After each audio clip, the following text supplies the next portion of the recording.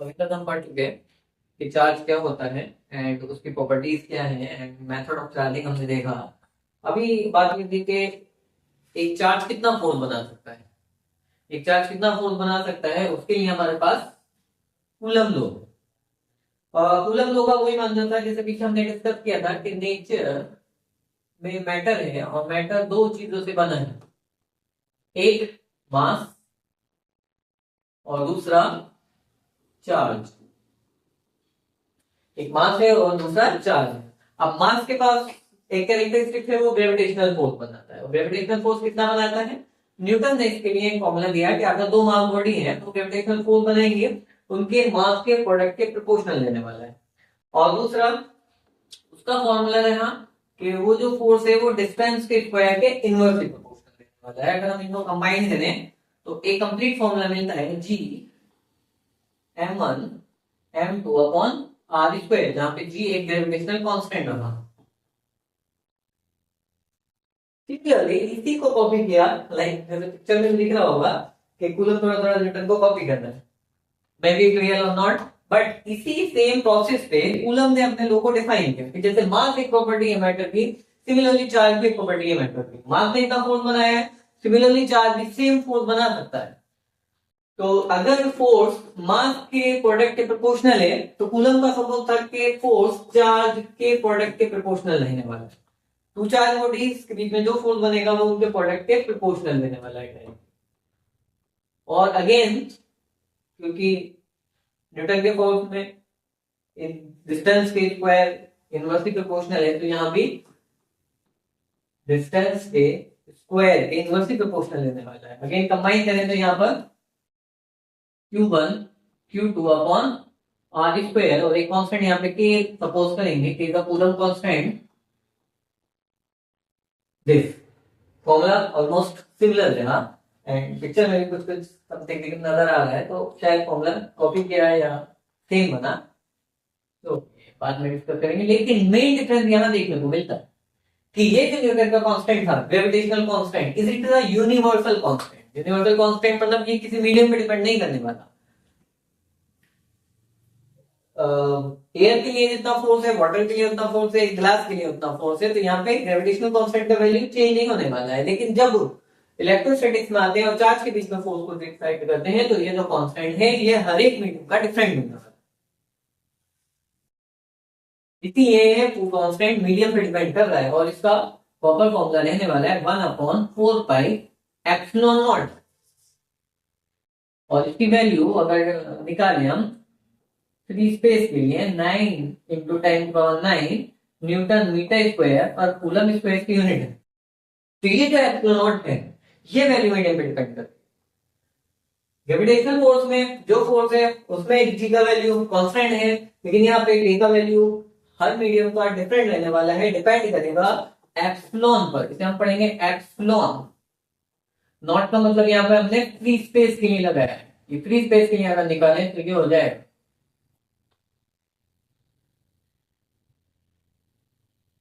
अब एप्सिलॉन के बारे में बात करते हैं। एप्सिलॉन को हम यहाँ पे परमिटिविटी बोलते हैं। परमिटिविटी,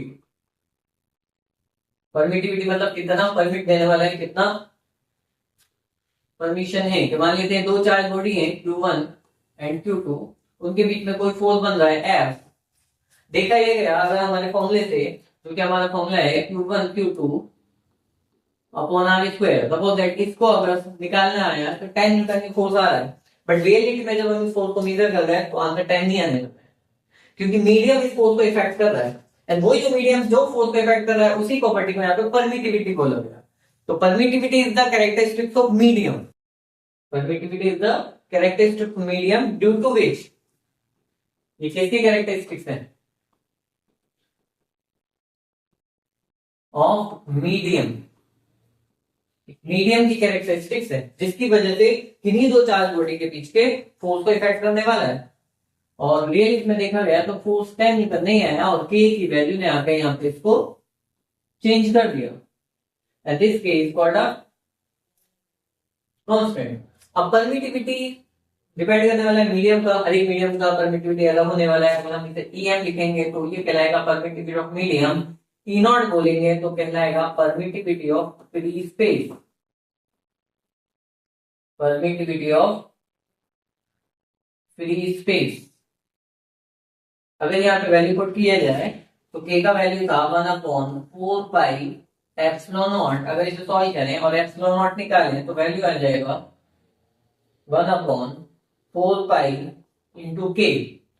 के का वैल्यू 9 इंटू 10⁹ अभी हमने देखा, 4 लगाया, पाई का वैल्यू लगाया, के का वैल्यू लगाया, एंड देन यहाँ पे वैल्यू अप्रोक्सीमेट मिलेगी 8.85 10⁻⁻12। एप्सिलॉन की वैल्यू को थोड़ा सा यहाँ पे ध्यान रखना है कि ये वैल्यू क्या मिलने वाली है, 8.85 10⁻12।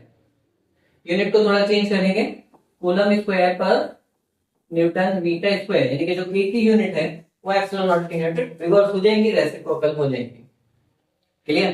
तो यहाँ पर हमने परमिटिविटी समझा, एंड देन फोर्स के बीच, दो चार्ज के बीच लगने वाले फोर्स को थोड़ा क्लियर किया।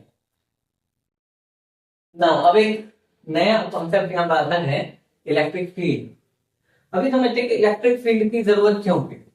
इलेक्ट्रिक फील्ड एक एब्स्ट्रैक्ट सा कॉन्सेप्ट है जो कि हमने अपने आप में बनाया, और इलेक्ट्रिक फोर्स की जगह अब बहुत ज्यादा हम फील्ड पे डिस्कस करेंगे। इलेक्ट्रिक फील्ड आ जाएगा, मैग्नेटिक फील्ड, इन पे ज्यादा डिस्कस करेंगे। तो समझना पड़ेगा कि इलेक्ट्रिक फील्ड का कॉन्सेप्ट बनाना क्यों पड़ा। ग्रेविटेशनल फोर्स और इलेक्ट्रोस्टैटिक फोर्स में एक मेन डिफरेंस आ रहा है, दैट मेन डिफरेंस था मीडियम का। ग्रेविटेशनल फोर्स में कांस्टेंट मीडियम पे डिपेंड नहीं कर रहा था, लेकिन इलेक्ट्रोस्टैटिक फोर्स में कांस्टेंट मीडियम पे डिपेंड कर रहा है।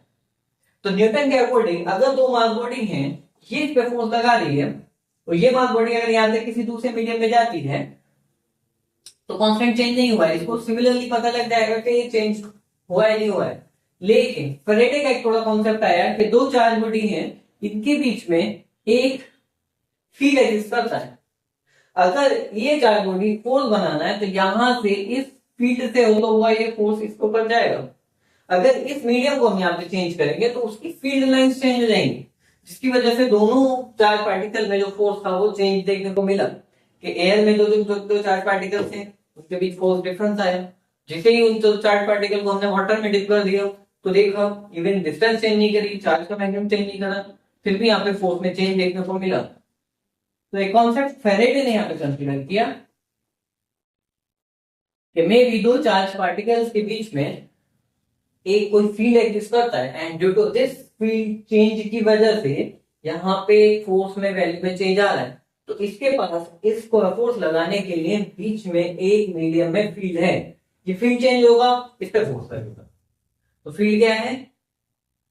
इलेक्ट्रिक फील्ड एक स्पेस है, एक चार्ज पार्टिकल जहां तक अपना फोर्स बना सकता है उस स्पेस को तो इलेक्ट्रिक फील्ड कहेंगे।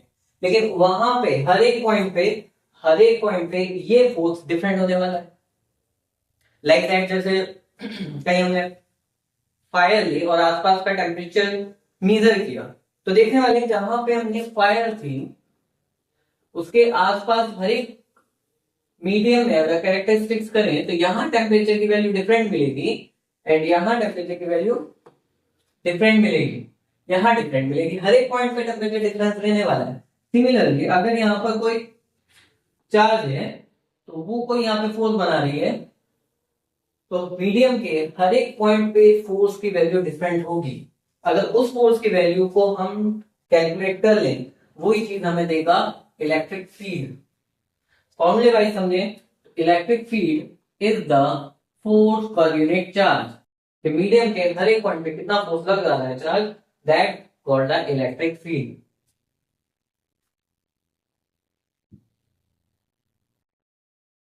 तो इलेक्ट्रिक फील्ड अगर समझने के लिए तो एक स्ट्रक्चर कॉन्सेप्ट है, लेकिन बस ये समझ सकते हैं कि मीडियम का हर एक पॉइंट पे जितना फोर्स चार्ज लगा है that called the electric field. ऐसा यूनिट की बात करें तो ऐसा यूनिट इसकी रहने वाली है न्यूटन पर कूलम। इसके अलावा now characteristics of electric field lines. अब इलेक्ट्रिक फील्ड के एक कॉन्सेप्ट के लिए थोड़ा फैराडे ने ये अज्यूम किया था कि लाइक दैट जैसे स्पाइडर है, स्पाइडर एक पॉइंट पे रहता है और यहाँ पे अपना वेब बना लेता है, पूरा जाला बना लेता है।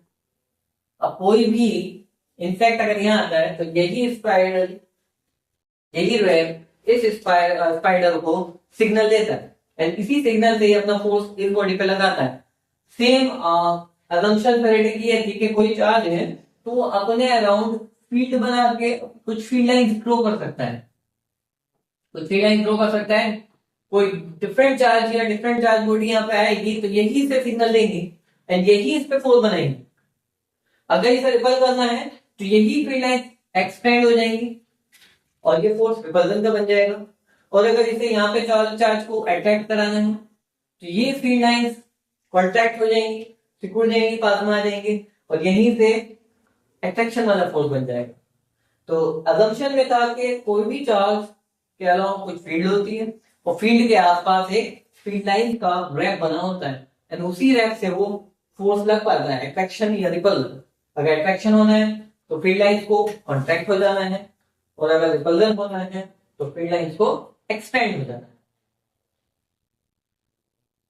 तो इलेक्ट्रिक फील्ड लाइन हमारे लिए एक इमेजिनरी थ्योरी है, अगेन समझेंगे रियल में एग्जिस्ट करता है नहीं करता है डिबेट है, लेकिन एक इमेजिनरी थ्योरी है जिससे फोर्स दो चार्ज के बीच में फोर्स को थोड़ा सा आइडिया मिला कैसे लगता होगा। इसकी कुछ प्रॉपर्टीज हैं, कुछ प्रॉपर्टीज देखी जैसे ओरिजिनेट कहां से होता है तो start from a positive charge and end at negative charge, यानी कि पॉजिटिव चार्ज से नेगेटिव चार्ज की तरफ को ये फील्ड लाइंस ट्रैवल करेंगी। Field lines travel from positive to negative. Field line तो कोई भी एक टेंजेंट बनाएंगे तो एक लाइन बनाएंगे जो इस पर टच करते हुए निकलेगी एंड दैट टेंजेंट इसकी डायरेक्शन शो करेगा। इस पॉइंट पे ये डायरेक्शन होने वाला है और इस पॉइंट पे ये होने वाला है, तो डिफरेंट पॉइंट पे डिफरेंट ऑफ इलेक्ट्रिक फील्ड की डायरेक्शन मिलेंगे और डायरेक्शन हमें tangent of electric field he given करेगा।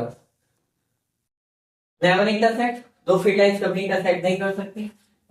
ये फील्ड लाइन इंटरसेक्ट कर दी, ये फील्ड लाइन इंटरसेक्ट कर दी, तो ऐसा पॉसिबल नहीं है क्योंकि अगर कहीं पे दो फील्ड लाइन इंटरसेक्ट कर जाए तो वहां पे दो टेंजेंट हो सकती है विच इज नॉट पॉसिबल। किसी भी सिंगल पॉइंट से आपको एक ही सिंगल टेंजेंट मिल सकती है, बट दो फील्ड लाइन इंटरसेक्ट कर जाए तो वहां पे दो फील्ड लाइन मिल रही है तो पॉसिबल नहीं है, इसलिए फील्ड लाइन इंटरसेक्ट नहीं करती। Density indicate strength of field lines. जहां पर फील्ड लाइन ज्यादा होगी, ये एक फील्ड चल रही है suppose,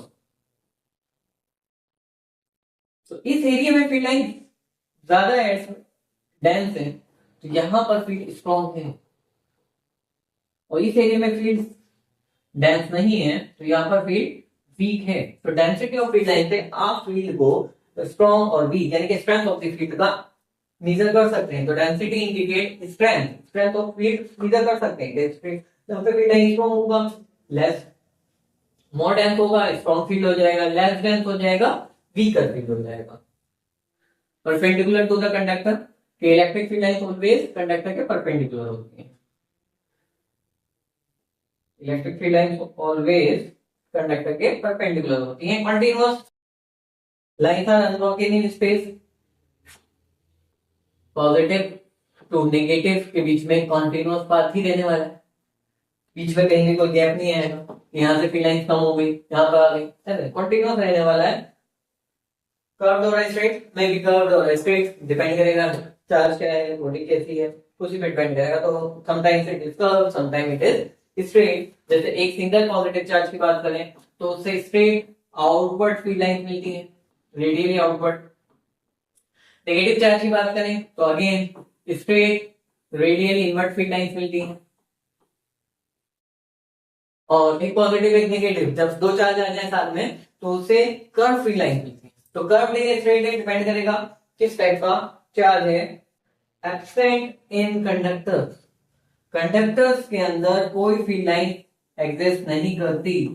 suppose that it is a metal body, तो इसके अंदर कोई फील्ड लाइन एग्जिस्ट नहीं करती है। कोई फील्ड लाइन आ रहा है इस तरह से बाहर निकल जाएगा, तो कंडक्टर के अंदर फील्ड लाइन एग्जिस्ट नहीं करती, सो दैट कंडक्टर के अंदर नेट इलेक्ट्रिक फील्ड जीरो होता है।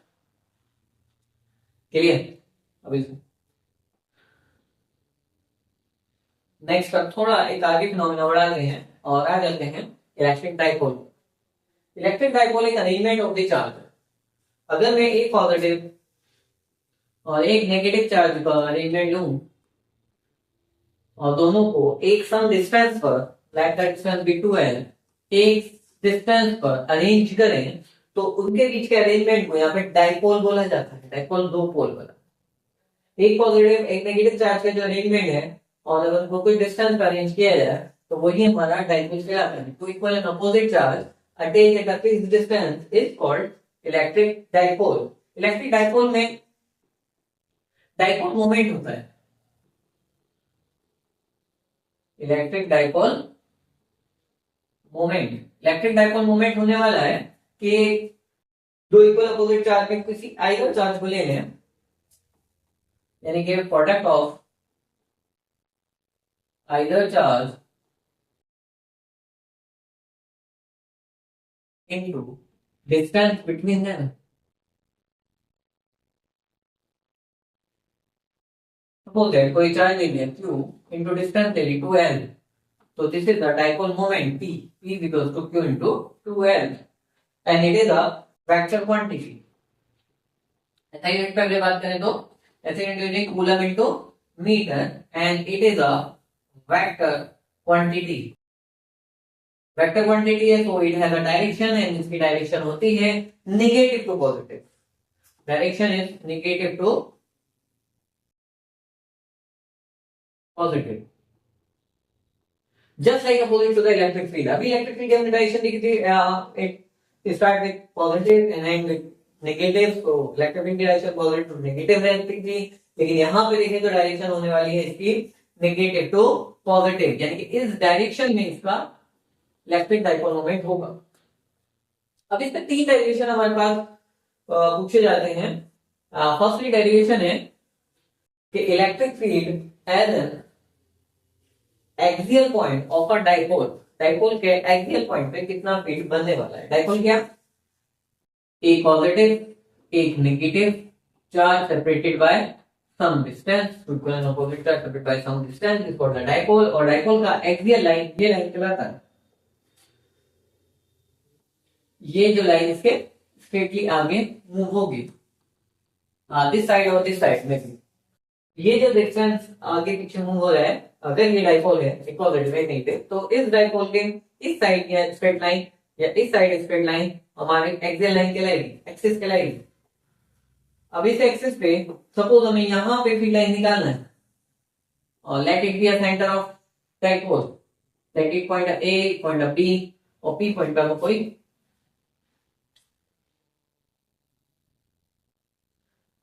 इलेक्ट्रिक फील्ड निकालना है। अगर ये डाइपोल का सेंटर है तो इधर डिस्टेंस हमारी एल रहने वाली है और इधर भी डिस्टेंस एल रहने वाली है, और ये जो पी पॉइंट लिया है सेंटर से हमने आर डिस्टेंस पे कंसीडर किया है। अब इस पर नेट इलेक्ट्रिक फील्ड कितनी बनने वाली है उसके लिए डेरिवेशन देखेंगे। तो अभी देखेंगे तो पी पॉइंट पे दो चार्ज फील्ड बना रहे होंगे, पी पॉइंट पे दो चार्ज फील्ड बना रहे होंगे, एक तो ए चार्ज बना रहा होगा यहाँ पर, एक पी ए फील्ड बना रहा होगा, मतलब एक ए पॉइंट पे जो चार्ज रखा है वो यहाँ फील्ड बना रहा होगा, और एक जो बी पॉइंट पे चार्ज रखा है वो फील्ड बना रहा होगा। तो इस बी पॉइंट पे दो फील्ड लगने वाली है कि जो ये वाला चार्ज है और एक जो ईबी वाला चार्ज, दोनों को नेट फील्ड निकालने के लिए हम यहाँ पे वेक्टर लो एडिशन यूज करने वाले हैं। अब वेक्टर लो क्या कहता था कि अगर दो वेक्टर सेम डायरेक्शन में है तो उनको नॉर्मली आप ऐड कर लो, तो रिजल्टेंट वेक्टर आ जाएगा ए प्लस बी। अगर दो वेक्टर अपोजिट डायरेक्शन में है तो नॉर्मली आप उनको सब्ट्रैक्ट कर लो, लेकिन दो वेक्टर अगर किसी एंगल पर है तो आपके रिजल्टेंट निकालने का फॉर्मूला था under root A square plus B square plus 2ab cos theta. तो vector law of addition, because electric field एक वेक्टर क्वांटिटी है, तो यहाँ पे इसके एडिशन के लिए हम वेक्टर लॉ लगाने वाले हैं। वेक्टर लॉ क्या है आप थोड़ा समझ सकते हैं कि दो वेक्टर अगर सेम डायरेक्शन में है तो उन्हें ऐड कर लिया जाएगा, दो वेक्टर अपोजिट डायरेक्शन में है तो नॉर्मली सब्ट्रैक्ट कर लेंगे, और दो वेक्टर अगर किसी थीटा एंगल पे इंक्लाइन है तो वहां पे जो रिजल्टेंट का फॉर्मूला है वो under root A square B square कोई भी cos थीटा से निकालेंगे। तो सबसे पहले अगर हमें इलेक्ट्रिक फील्ड को वेक्टर लॉ से ऐड करना है तो उसमें इनकी डायरेक्शन को चेक करते हैं कि ये सेम डायरेक्शन में आ रही है अपोजिट डायरेक्शन में आ रही है। जैसे कि हमने देखा कि ये पॉजिटिव चार्ज है और यहाँ पे कोई क्यू चार्ज अगर टेस्ट चार्ज भी पॉजिटिव कंसीडर किया जाए, पॉजिटिव पॉजिटिव को रिपेल करेगा, मतलब कि ये की डायरेक्शन कुछ इस साइड होने वाली है, रिपल्जन की डायरेक्शन, ये इसको रिपल करेगा। एंड क्योंकि बी वाला डायरेक्शन नेगेटिव है और यहाँ पॉजिटिव कंसीडर किया है तो नेगेटिव पॉजिटिव को अट्रैक्ट करेगा, तो ईबी की डायरेक्शन ये होने वाली है। तो अभी हम देखें दोनों डायरेक्शन EA और EB सेम है, अपोजिट है। तो जैसे का फिगर में दिख रहा है दोनों एक दूसरे के अपोजिट हैं। तो नेट फील्ड निकालने के लिए दोनों को सब्ट्रैक्ट कर लिया जाए। तो नेट फील्ड निकालने के लिए हमें सब्ट्रैक्ट कर लिया जाए। क्वेश्चन आता है कि बी में से ए को सब्ट्रैक्ट करें या ए में से बी को करें। तो क्योंकि हमें बी वाला ज्यादा क्लोज है पी के, तो बी में से ए को सब्ट्रैक्ट करेंगे क्योंकि बी वाली फील्ड ज्यादा स्ट्रॉन्ग होगी। जो पॉइंट ज्यादा जिस चार्ज के पास है तो उसी की फील्ड ज्यादा स्ट्रॉन्ग होगी। यहाँ पे बी के पास ज्यादा क्लोज है। अगर आप इस पॉइंट को यहाँ कंसीडर करते तो ए के पास ज्यादा स्ट्रॉन्ग होता तो ए माइनस ई भी अब बी की कितनी फील्ड है? फील्ड के लिए formula K q upon are square. R distance कितनी है बी से पी, तो बी पी स्क्वायर माइनस के वाली फील्ड निकाले तो क्यू डिस्टेंस इसकी कितनी है ए पी स्क्वायर। तो इसकी फील्ड में से इसकी फील्ड को माइनस कर दिया एंड चार्ज यहाँ पे भी क्यू है और इधर भी क्यू है। साइन का डिफरेंस है, वो साइन डायरेक्शन में निकल गया तो यहाँ पे हम sign of the charge use नहीं करेंगे। अभी हमने किए पी क्यू को कॉमन लिया, यहाँ बचेगा 1 upon B P square minus 1 upon A P square. BP को फिगर में थोड़ा सा नोट डाउन करें, फिगर में किस तरह बीपी की वैल्यू आने वाली है। लुक एट यहाँ पे यहाँ तक वैल्यू ओ से पी तक की वैल्यू आर है एंड दिस वैल्यू एल है। सो बी से पी तक की वैल्यू हमारे पास रहने वाली है R minus L. Look at ये वैल्यू आर है, इतना माइनस कर दे एल तो यहाँ बचना है आर माइनस एल। और अगर ए पी निकाले ये वैल्यू आर है ये वैल्यू एल है तो यहाँ बचेगा आर प्लस एल। क्लियर? तो फिगर में देख सकते हैं दोनों वैल्यूज को। और अभी हम आगे बढ़े तो बी का वैल्यू यहाँ पे पुट कर लेते हैं। K Q 1 upon R minus L whole square minus 1 upon R plus L whole square.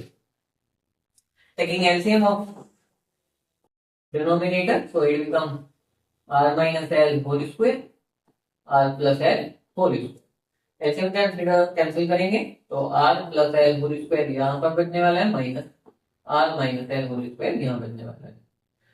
Whole square यहाँ पे ओपन किया जाए तो नेट फील्ड हमारे पास बचने वाली है K Q R square plus L square plus 2r L and minus R square plus L square minus 2r L A minus B whole square. ये a plus B whole square formula open किया है then यहाँ a minus B whole square open किया formula और यहाँ पे लगाया a minus B a plus B वाली प्रॉपर्टी जिसका हो जाता है a square minus B square. तो it become a square minus B square, दोनों का होल स्क्वायर लग रहा था उसको टोटल होल स्क्वायर बना दिया। ब्रैकेट ओपन करें, नेगेटिव साइन है तो साइन चेंज हो जाएंगे इधर के Q R square plus L square plus 2rl minus R square minus L square plus 2rl upon में R square minus L square whole square. तो हम values cancel here, R square cancel हो जाएगा R square से, L square cancel हो जाएगा L square से। तो यहाँ हमारे पास बचने वाला है K Q 4rl upon are square minus L square whole square. अभी इसे आगे प्रोसीड करेंगे।